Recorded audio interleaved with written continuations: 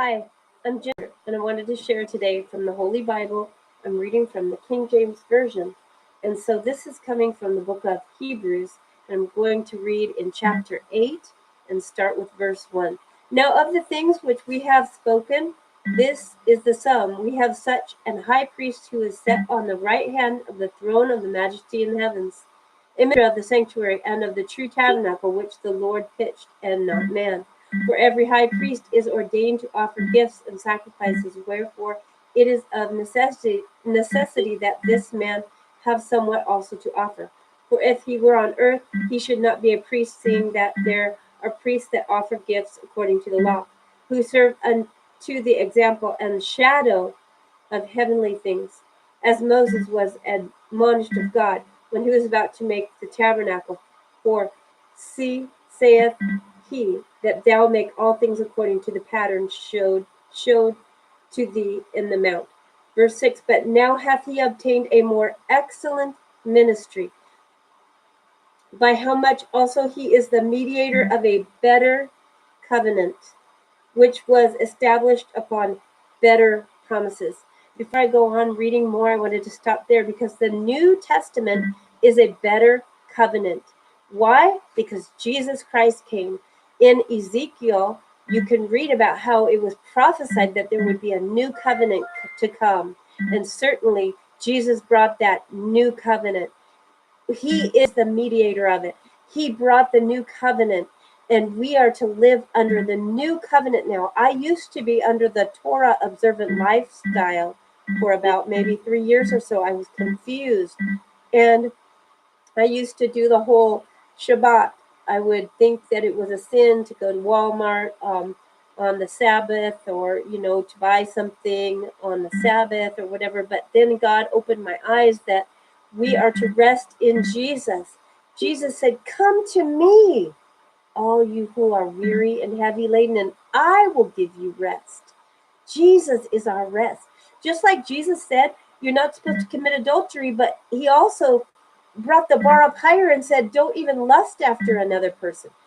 Jesus said not to kill anyone, not to murder, but he brought the bar up higher, and he said not to even hate anyone. Well, guess what? Now he says, instead of the old covenant Torah observant Sabbath, now we don't do that. We rest in Jesus Christ. See, Jesus brought in a better covenant. He changed some things, didn't he? He changed it to be from murder to not just, he changed it in that we still don't murder, but now we don't even hate. We don't murder and we don't hate. Now we rest in Jesus Christ. Okay, now I'm going to read on here, starting in verse 8. For finding fault with them, he saith, behold, the days come, saith the Lord, when I will make a new covenant with the house of Israel and with the house of Judah, not according to the covenant that I made with their fathers in the day when I took them by the hand to lead them out of the land of Egypt, because they continued not in my covenant, and I regarded them not, saith the Lord.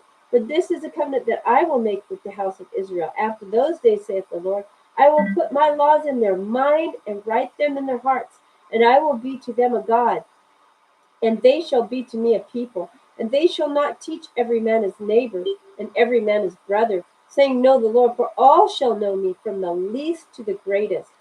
For I will be merciful to their unrighteousness, and their sins and their iniquities will I remember no more. In that he saith, a new covenant he hath made the first old. Now that which decayeth and waxeth old is ready to vanish away. What's happening to the old covenant? It says here, it's ready to vanish away. Okay? So you can still read it. You could read the old covenant and the new covenant, but we live under the new covenant. I'm going to back up a chapter to chapter 7 of the same book, which is Hebrews, and read verse 19. For the law made nothing perfect, but the bringing in of a better hope did, by the which we draw nigh unto God. So what did the old covenant law do? It made nothing perfect. Why do you think Jesus came? Do you think Jesus came so we could stay under the old covenant law? Why would he even have to come? He needed to come to fulfill it. He came to fulfill the law, and guess what? He fulfilled it. Hi, David. And so he fulfilled that law. He completely fulfilled it. There will be people that tell you that he didn't fully, completely fulfill it. But guess what? Jesus said on the cross, it is finished. Guess what he meant by that? It is finished. He meant what he said. It is finished. Jesus' blood is enough. You don't have to go and do all these Hebrew roots movement, things that they tell you that you have to do. That is just bondage. Guys, Jesus came to set us free. And there are people that want to put you under that old covenant law. And like I said, I was under it for a while. I was not just doing the Shabbat, but I was also doing the feasts from Leviticus 23. And guess what? It was awful, because even though at the time I thought it was good, I finally realized that I was disobeying what it says in Colossians chapter 2. And I'm going to read Colossians chapter 2 right now, because guess what? It is so clear that we are not to do that. It was just a shadow. Those things were a shadow until Christ came. And thanks be to God that he showed me that that was a shadow. The feast and the Shabbat. The Shabbat is the Hebrew way to say Sabbath. So anyway, I'm sorry, I'm trying to find Colossians. Here it is. Okay, it took me a minute, but there it is. I'm going to read it straight up out of the King James Version. It says in Colossians 2, we'll start with 16. Let no man therefore judge you in meat or in drink or in respect of the holy day or of the new moon or the Sabbath days, which are a shadow of things to come, but the body is of Christ. So what is it? What was it? The feast and the Sabbath were a shadow until Christ came. And when my eyes opened, it was like I could see. Oh, thank you, God, that you opened my eyes, that I don't have to do the old covenant Sabbath. We rest in Jesus now. He is our rest, it says in Hebrews. And, we need to come to him for our rest. And we don't do the Leviticus 23 feast days now, because what did it say in Colossians? Those were a shadow until Christ came. And so, thank you, David.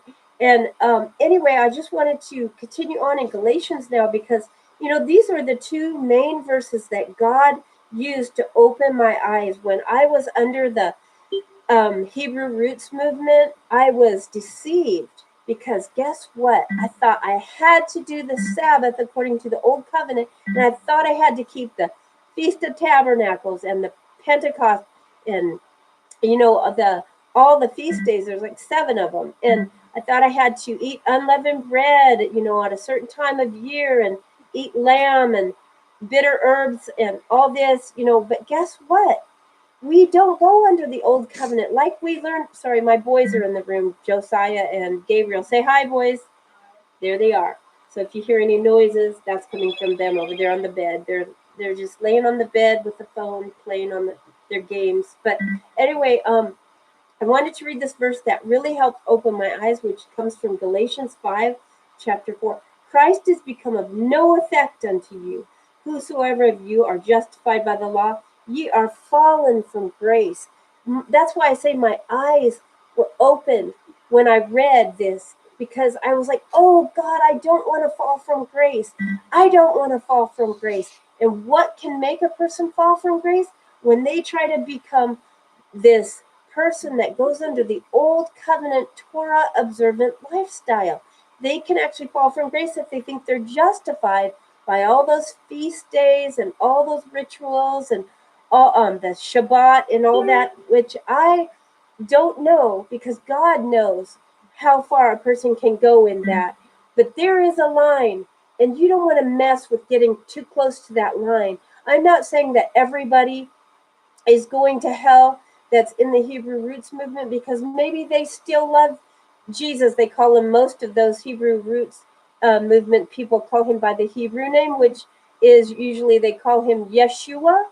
And I still say Yeshua or Jesus. The Greek Latinized name is Jesus.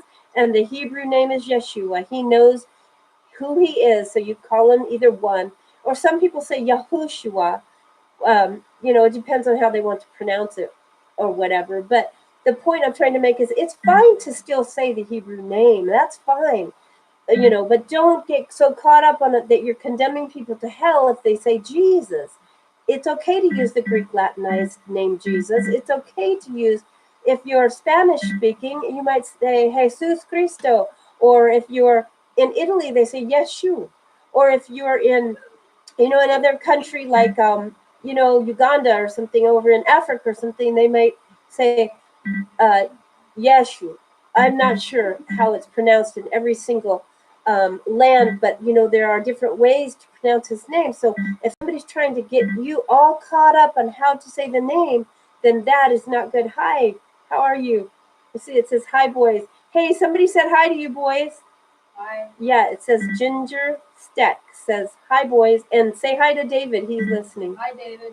My boys say hi to you, Steck and David.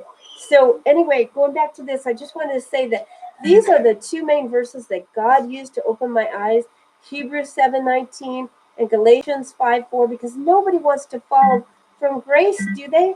I mean, when my eyes opened, I said, God, forgive me of trying to go under the old covenant Torah to try to please you. That doesn't please him, because what did Jesus do? He came to fulfill the law, and he did fulfill the law. He did. It says, my word shall not pass away, so his word it endures. But you got to realize that now we live under the new covenant. So read the old covenant, of course, read the new covenant, but live under the new covenant as we see in the book of Hebrews. And I wanted to read one more verse from Hebrews. Hebrews is loaded with verses that help you to understand why God brought in the new covenant. Because, in the old covenant, they used to have to kill an animal, and then they'd take that blood. The high priest would go into the Holy of Holies. There was a temple, and then inside was this place called the Holy of Holies, and he would go in there, and he would actually, I believe they walked in the blood, the high priest, and the priest had bells on the bottom of their tunic, and they had a rope tied around their foot, their leg or whatever, and the people, the other people would stay out of the Holy of Holies because they weren't a high priest. And if the high priest had sin, he would drop dead. And how would they know he was dead? Because they couldn't go in there. They would hear that the bells weren't ringing, so they'd know he dropped dead. So they'd have to pull him out by that rope. And so the point I'm trying to make is that we don't have to do all these things. We don't have to kill animals anymore and walk in that blood, because Jesus was a final sacrifice for us. He died once and for all. His blood can cleanse us, and it has cleansed us. And we need to receive him. It says in John 1:12, as many as received him, he gave the power to become the sons of God, even to those who call upon his name. And after you do receive him sincerely, then you should do what Titus 2:11 and 12 says, and that is grace that brings salvation teaches us to say no to ungodliness and worldly lusts. So thank you for listening, and I'm going to close with this verse that is, I'm sorry, one moment. I'm in the book of Hebrews here, and let me find it.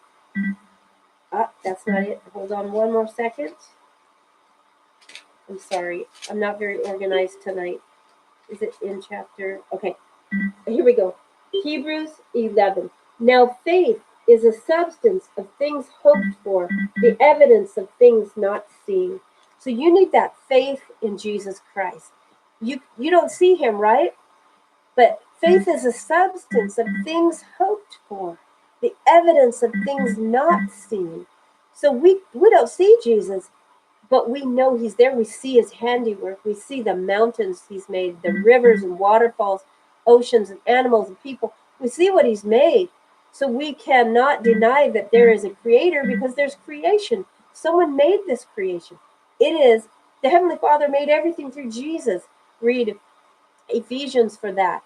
And John 1:1, the Word, in the beginning was a Word, and the Word was with God, and the Word was God. And that's talking about Jesus. If you read verse 14, the Word became flesh and dwelt among us. So here it explains that Jesus Christ is the Word that became flesh. Jesus became a human. He was fully God and fully man. He was tempted in every way on earth, but he never sinned. And so we just need to realize that we have to keep that faith. And it's a faith that believes in the unseen. It says, blessed are those who have not seen and yet believed, and that's us.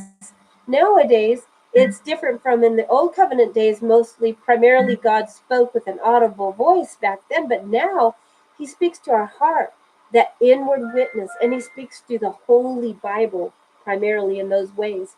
And so if you get into the Holy Bible, he's going to speak to you. Read the red letters where Jesus spoke in Matthew, Mark, Luke, and John, and begin to follow the teachings of Jesus Christ. Don't shy away from that. Jesus said in the book of John, in chapter 14, 15, if ye love me, keep my commandments. So we should keep the commandments of Jesus if we love him. Well, I'm going to log off, and thank you for listening. God bless all those who seek God with all their heart, mind, soul, and strength. Bye, David, and bye, Steck. Have a great day.